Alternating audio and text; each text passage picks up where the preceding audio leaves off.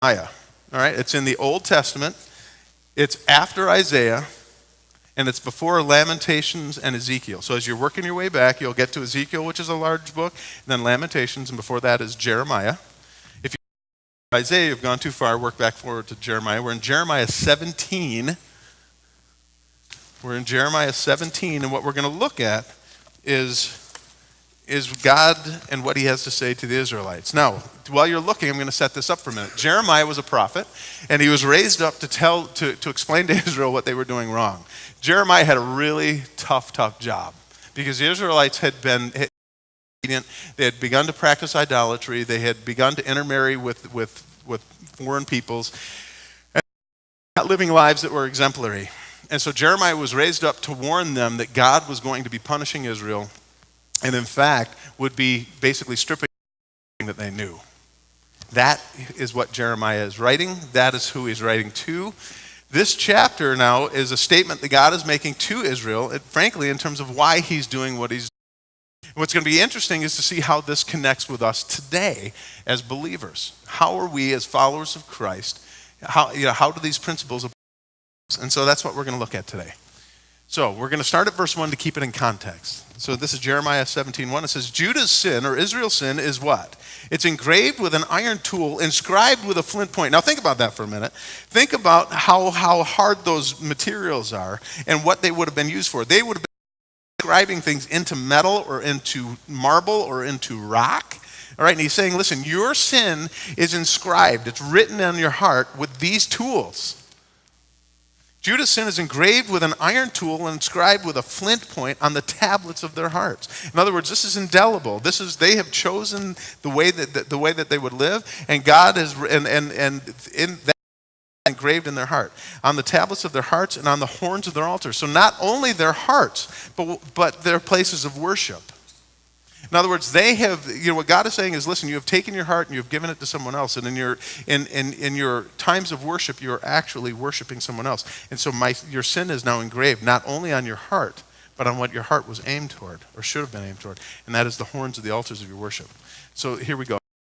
Judah's sin is engraved with an iron tool, inscribed with a flint point on the tablets of their hearts and the horns of their altars. Verse 2, even their children, even the next generation, remember their altars and their Asherah poles. And this is, the fact that the Israelites had left their God and began to worship pagan gods. This is idolatry. So even their children, and remember it. It has been written in their minds. So even their children remember their altars, their Asherah poles beside the spreading trees and on the high hills. My mountain, this is God speaking now, my mountain in the land and your wealth and all your treasure do what? Give away as plunder. What is God is saying, all the things I have given you, everything that I have done for you, everything that I am, I now remove, and I will give it to the other nations as plunder. I will take it because of your behavior, because of your sin, adultery, God. Move these things that I have given you, and I will give them to another. God is saying to the children of Israel. Okay? So, I will give his plunder, and he lists everything in this short statement. My mountain in the land, my presence, my mountain, and your wealth, everything that you with, treasures, everything that you hold here. I will now give away as plunder together with all your high places, even the places that reflect my beauty, and for you to reside. You turned in places of worship. I even remove those things and I give them to someone else. I will give away and plunder together with all your high places. Now, look what it says. Because of what? Because of sin throughout your country. Because of sin throughout your people. Because all joined together in their idolatry, other gods, and the injustice with which you lived, I will now take away everything from you. Now look at the next phrase. Actually, before the next phrase, let me do this. If you're a parent, raise your hand. If you have children, raise your hand. There are one or two of us. Okay, so here's the deal. Don't you love it? It does something then to have to discipline them based on what. Isn't that one of our favorite things in the world to do? I don't know and moms, but I loved waking up about 2 o'clock in the morning and beginning to imagine, how can I ruin my kid's life tomorrow? What can I do to make my kid miserable? Because there's nothing that a parent loves more than a miserable kid. Now, it's funny that anybody under the age of 25 who has no children look at me like, dude, really? Really? I just let you know a secret. We do. We just want you to be miserable. Is that true? No, in fact, as I was a dad, one of the things that blew my mind was the first time this came out of my mouth. This is going to hurt me more than it's going to hurt you. Right? Because every one of us said to our never saying that to our kids because it's a lie. It is a parental lie. It can't possibly hurt you as much as it's hurting me right now. Let me tell you, young people, there is not a more painful word in a parent's vocabulary. Listen to me. There is not a more painful word in a parent's vocabulary than no. I hated telling my children, hated it. To this day, I hate it. It's the most painful thing I've ever had to do in my entire life was to say to my child, no, you can't. Or no, you shouldn't have. Or oh, no, you won't. It's brutal. And it's amazing to me, and I'm thinking even back to me being a teenager, how quickly we think to ourselves that this is my parents' fault, that they did this to hurt me, and now I'm mad at them because they did this. Am I right? And so we hold our parents accountable for the pain that we're feeling, when in fact, whose fault was it? Mine. Now I want us to because of the next read. One of the things that I want us to is don't read it yet. I saw that. Okay, so here we go. This has got to be a surprise. One of the things that I want us to see is this, that oftentimes, especially when we're reading the Old Testament, we have a tendency to read the Old Testament and all these curses and all the things that we see, and we picture God as this iron-fisted God who's ready to drop the hammer on somebody who makes a mistake. And so when it's written in this tone and with this flavor and with these words, our first thought is, man, that God is tough. This is not a loving, not a gracious God. Let me dispel that myth. The fact of the matter is God is our parent. He is our Father. And God is desperate, absolutely, for us to live a life, of abundance, and of vibrancy, and effectiveness, and productivity. God wants us to flourish. There is nothing that gives him greater pleasure, greater joy, than watching his children function in the way they've been designed and accomplishing his work with him with great joy and great vigor and great fruitfulness and great satisfaction. There's nothing that gives God greater pleasure, greater joy than that fact. How do I know that? One, says so, and we're going to see that in a moment. But two, I know what I feel like as a father. And if I, as a really a pretty crappy guy, can somehow find great pleasure in watching my children, succeed, and I take great satisfaction in their successes, and I find great joy and great pleasure in their joy, then that can only, this is what I want for you. And I can only imagine that as a dad who is so pained and so to have to discipline my children or to tell them no or to hold something back from them or to take something from them because of their behavior, because of the mistakes that they've made, because of the choices that they have made. If I know that pain, if I, as this wicked man, can feel that kind of righteous pain and grief when I watch my children hurt and fall, or does my Father feel? Because I am a remnant of my Father. I am the Creator God. We are the image of our Father. And I believe what this is actually a picture of is a grieved father it up to here with his children who continue to make the same mistake over and over and over again, who says to them, listen, I love you so much that I need to take this. I love you so much that I can no longer allow you to continue on the path you're on. I love you so much that I need to give you a swat on the behind because you need to know I'm your Father and I love you.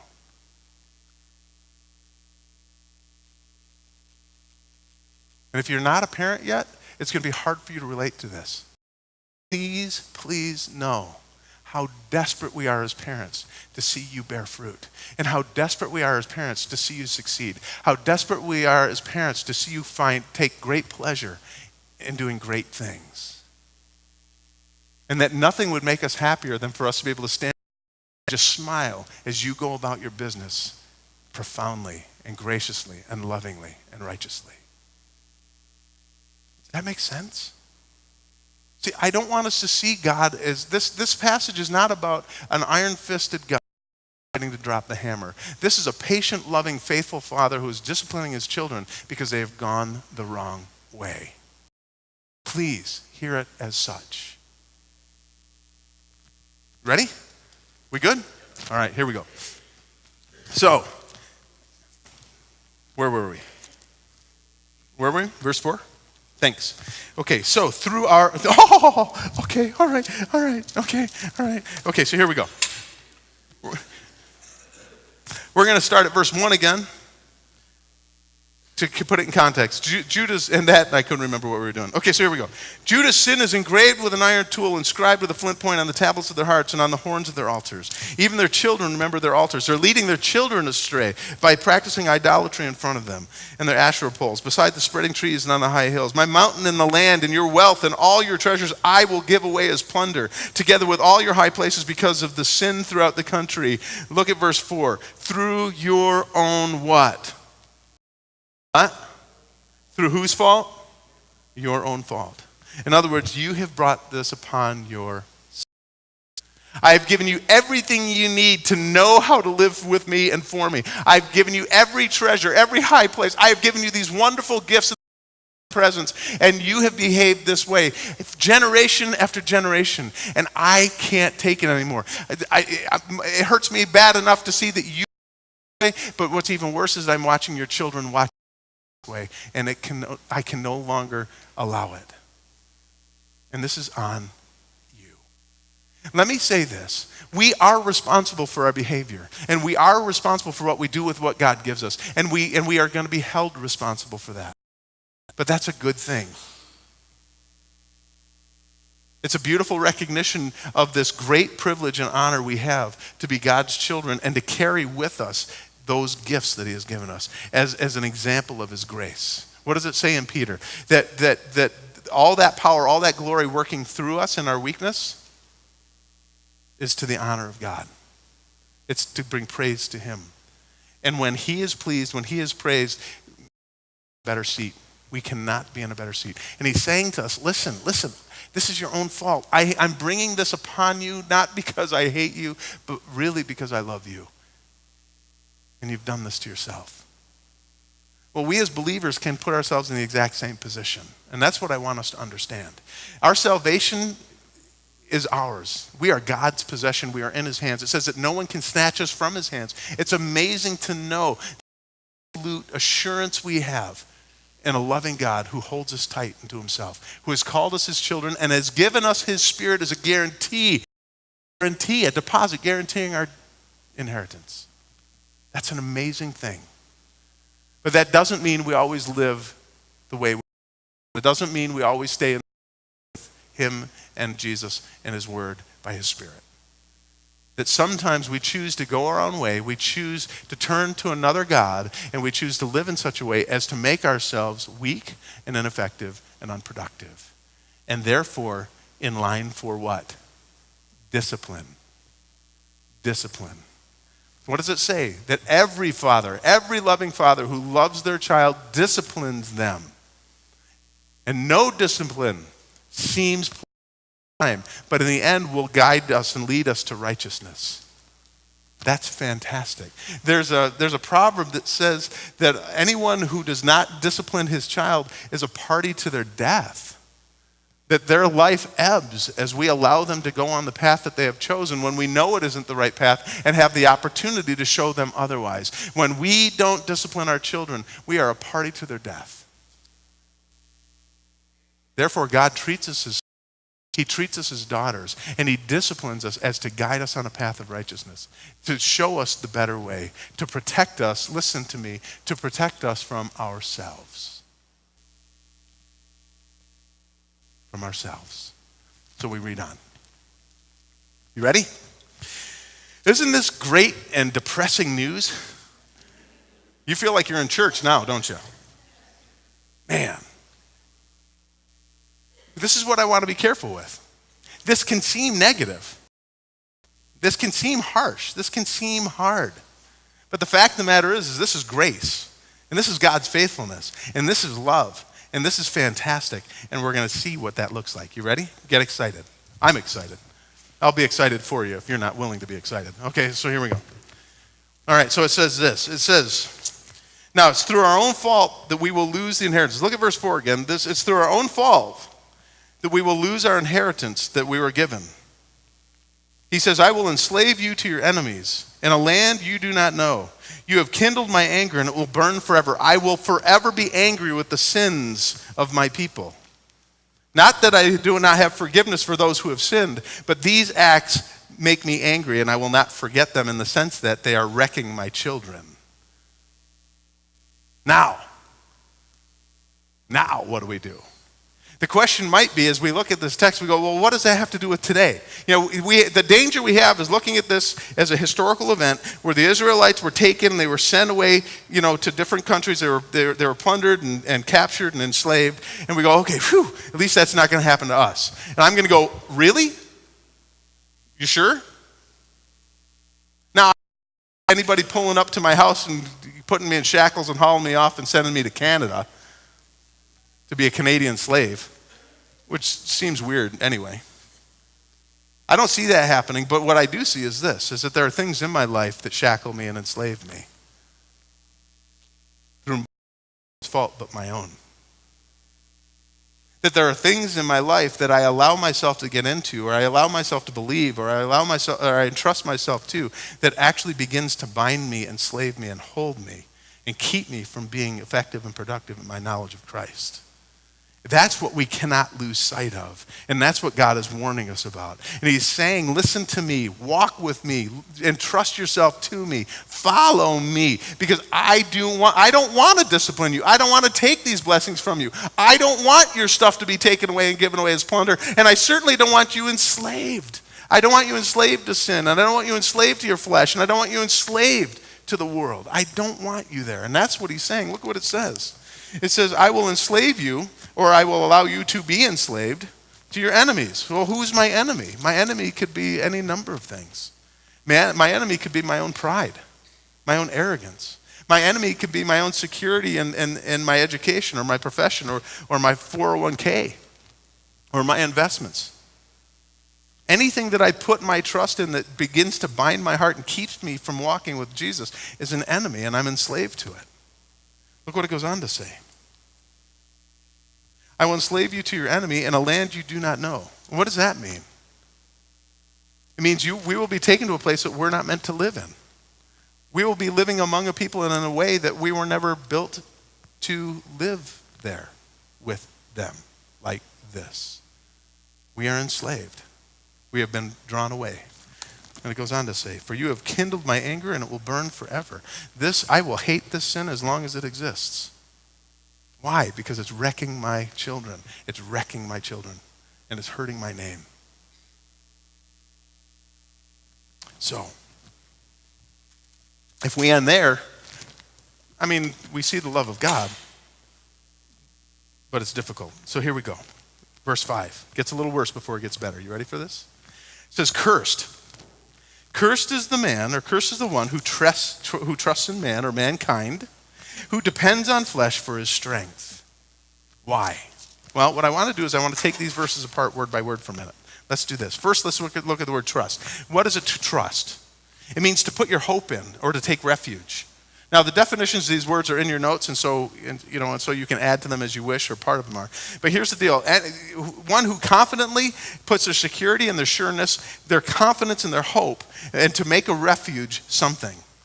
So I am making my flesh or humanity my hope, or that's what I'm putting my trust in. So cursed is the one who trusts in mankind, who depends on the flesh. Now, what does this mean? Flesh, give me somebody with a big arm. Come here, Rob. All right, make muscles for us. Come on. Strike the pose. Everybody do this. Everybody make a fist. Go ahead and squeeze those biceps. Squeeze them. I heard somebody hurt themselves. Hold on. There you go. Now, what that is this. When we talk about the strength of the flesh, and those words put together create a word picture in the Hebrew that says this, that we are literally putting our hope in the arm strength of a man.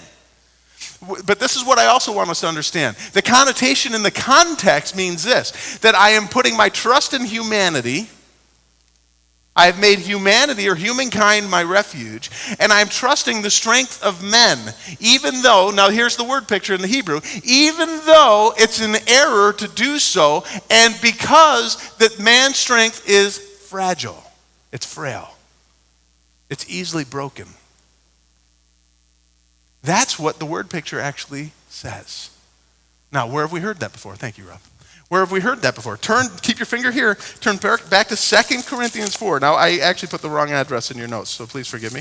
I put 1 Corinthians instead of 2 Corinthians. I didn't mean to do that. But turn to 2 Corinthians 4 and tell me if this text doesn't sound familiar as we read it, starting at verse 6. You ready?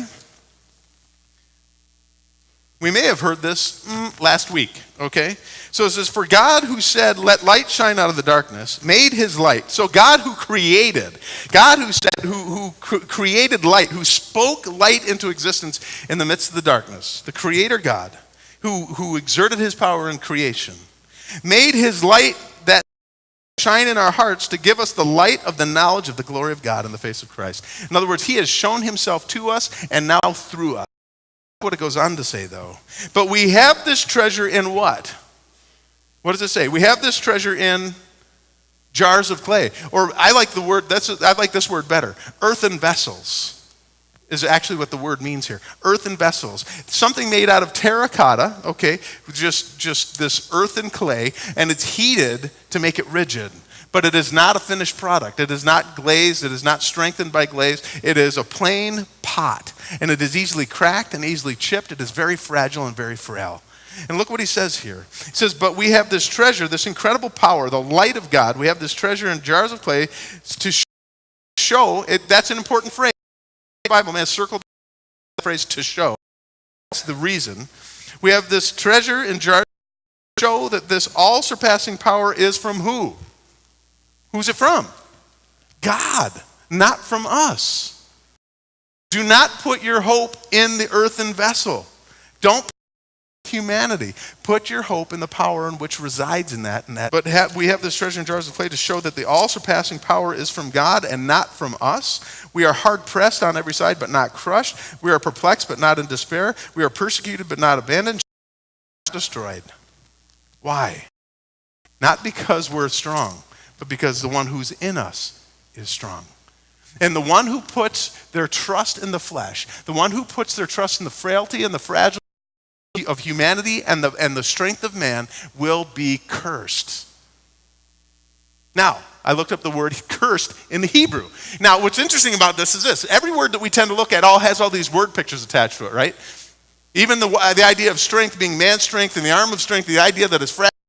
Have this clay pot. You know what's really cool about the word cursed? And this is how serious the word cursed. You know what the Hebrew word picture of cursed is? That's it. There's no explanation. It's cursed. And God wants us to not, he doesn't want us confused about anything. Dude, cursed. What does cursed mean? Cursed. What does it look like? Curse. You are cursed. So what does it mean to be cursed? Now, so we have to define it in the English so we have an idea what this would mean. Here's 3 definitions in the English that I love. First and foremost, the idea of cursed means it means to have something brought down upon us. What did we just see? That God's discipline, to some degree his wrath, is being brought down upon us because of our sin, because of the choices that we've made, and therefore we're losing everything that we have that we've been given as a blessing because we have gone another path. And God in his discipline is making sure that we know that we're afflicted. Psalm 32 says it this way, that his heavy hand is upon me. When I sin, he puts his hand on me to say, hey, come here, buddy. That's the first definition of curse. Here's the second. One who annoys. Yeah. Think about that for a minute. You ever had teenagers in your house? You have teenagers in your house? Ever been annoyed by them? Yeah. All right. One who as being afflicted, and they're annoying. And here's the second part of that. They're frustrating. In other words, when we is afflicted by God due to the fact that we're both annoying and frustrating to him. That's what it means to be cursed.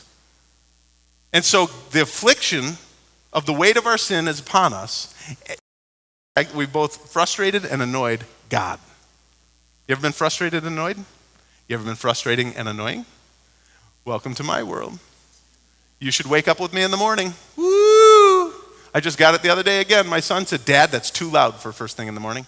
But I'm happy. I don't care. All right, so here we go. You ready? So let's finish this up. Choir and band, you can get in place.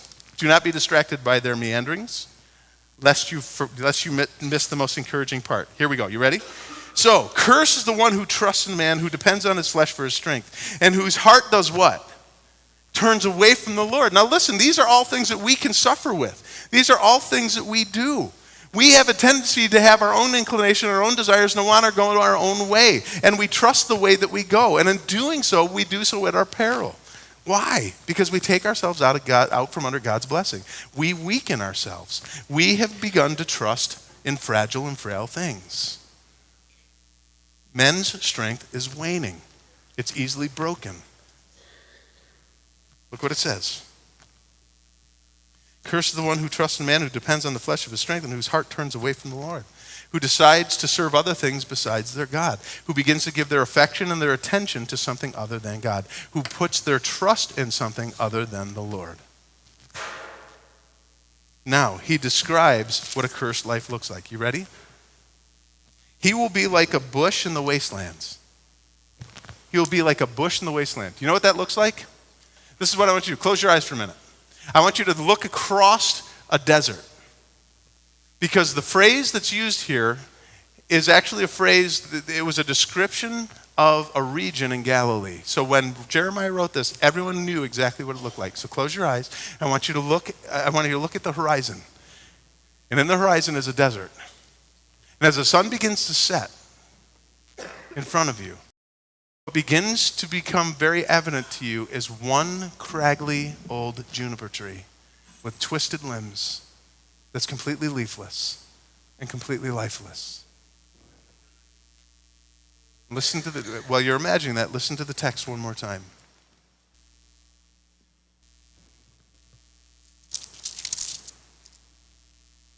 He will be like a bush, like a juniper tree in the desert.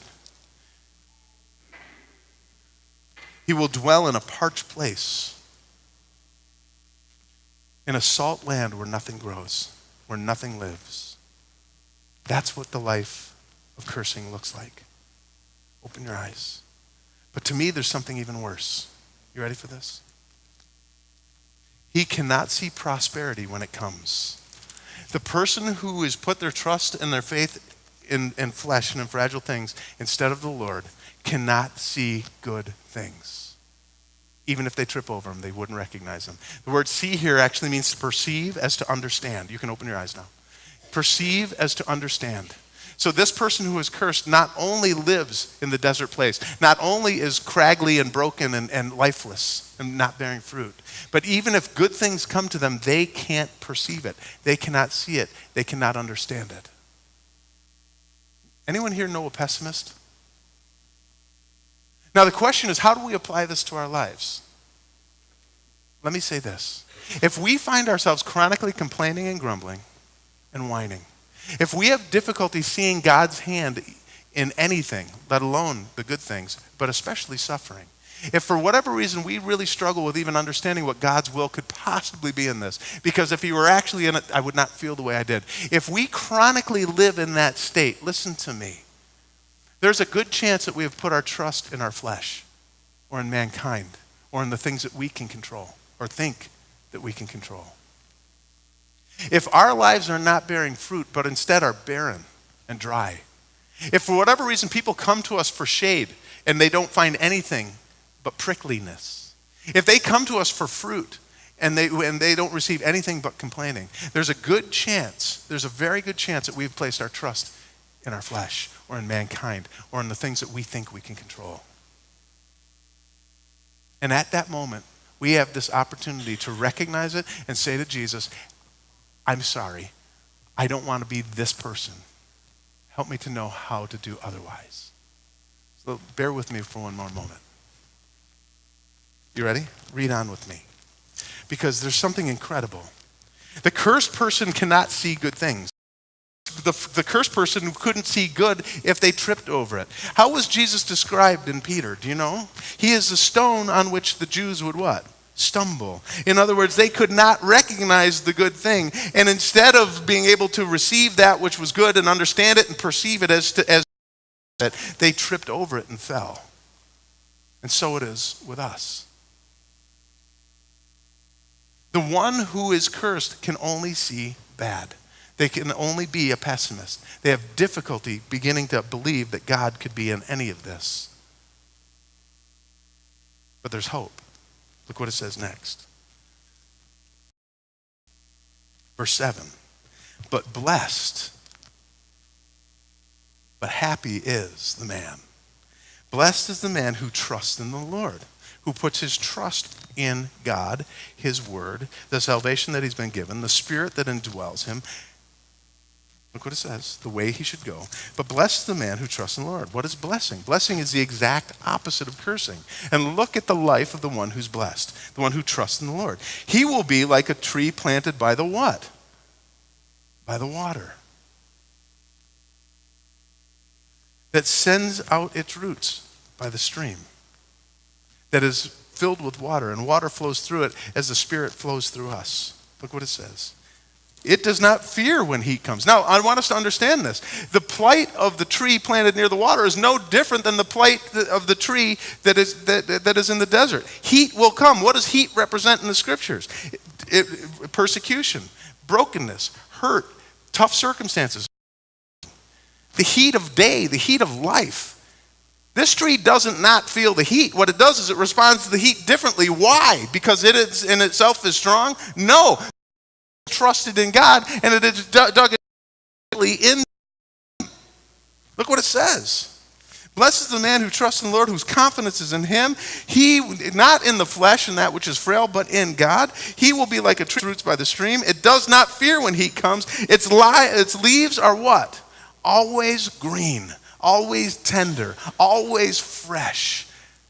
If someone comes to this person for shade, what does he find? Cool shade. Look what it goes on to say. It has no worries in times of what? Drought. It's not going to experience drought. It's in the drought just like the tree in the desert is in the drought. But because it's put its roots in something different, look what happens next. Its leaves are always green. It has no worries in a year of drought. And it never fails to do what? It never fails to bear fruit. Who is this God? Is he an iron-fisted God who is waiting to drop the hammer? Or is he a loving father who says, come to me. I don't want you to live in a parched land. I don't want you to be crispy and broken. I don't want people to come to you and just sense prickliness and complaining. I don't want you to miss out on the good that I have for you. Please, instead, trust me. Let your roots dig deep into me. Allow my spirit, the water of my spirit to flow through you, that you would be fresh and green and bear fruit, regardless of the circumstances. Even the heat of life in the day, even what seems like drought, where nothing seems to be happening. What's the difference between the cursed and the blessed? The cursed person cannot see good even if he tripped over it. The blessed person begins to see good in everything because they see God in everything. That they recognize that even in the midst of their suffering, in the midst of the dryness of drought, that their God is working through them and in them to produce fruit that is beyond their own natural ability. What is our life marked by? Today, take one step closer from where you are to where God would have you. Learn to trust God one step at a time. What does that look like? Bear with me one more minute. Forgive the cliche, but there's no shortcut to this. Spend time with him in his word. Please, just take a little time. Spend time in prayer and worship and listen for his voice. Once you learn to recognize his voice, trust him enough to at least dip your toe in the water and say, God, I'm struggling and I have faith, but help me where I'm faithless. I believe, but help me where I don't believe. I trust, but help me where I don't trust.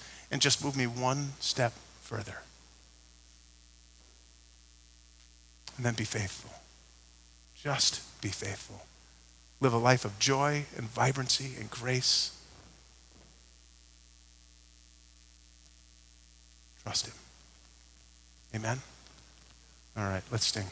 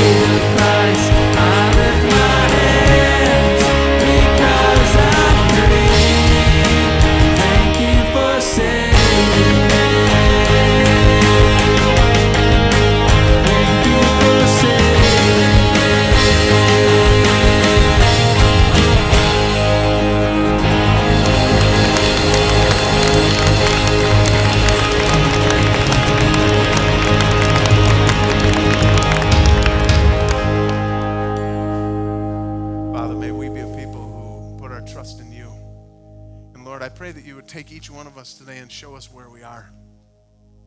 And help us to take one step toward trusting you more. For some of us, that may mean, it may mean seeing you for the first time and just taking a step toward you and testing you to see if you are the God you say you are. For some of us, we've been walking with you for a long time. And it's time for us to take another step of trust as we lay down one more thing in our lives that we've been putting our trust in. And for most of us, we're somewhere in between. But Lord, let us see ourselves for who we are. Let us see ourselves in terms of who you want us to be. And then continue to encourage us and strengthen us to take one step to what you're creating us to become. May we trust in you this week. May we be a people who see you in everything, who see the good in all things. Your word says you work everything out for the good of those who love you. May we be that people. May we represent you as a people who have found joy and grace and mercy and love, forgiveness and life in you. We pray these things in Jesus' name. Amen. Have a wonderful Thanksgiving. We'll see you next week.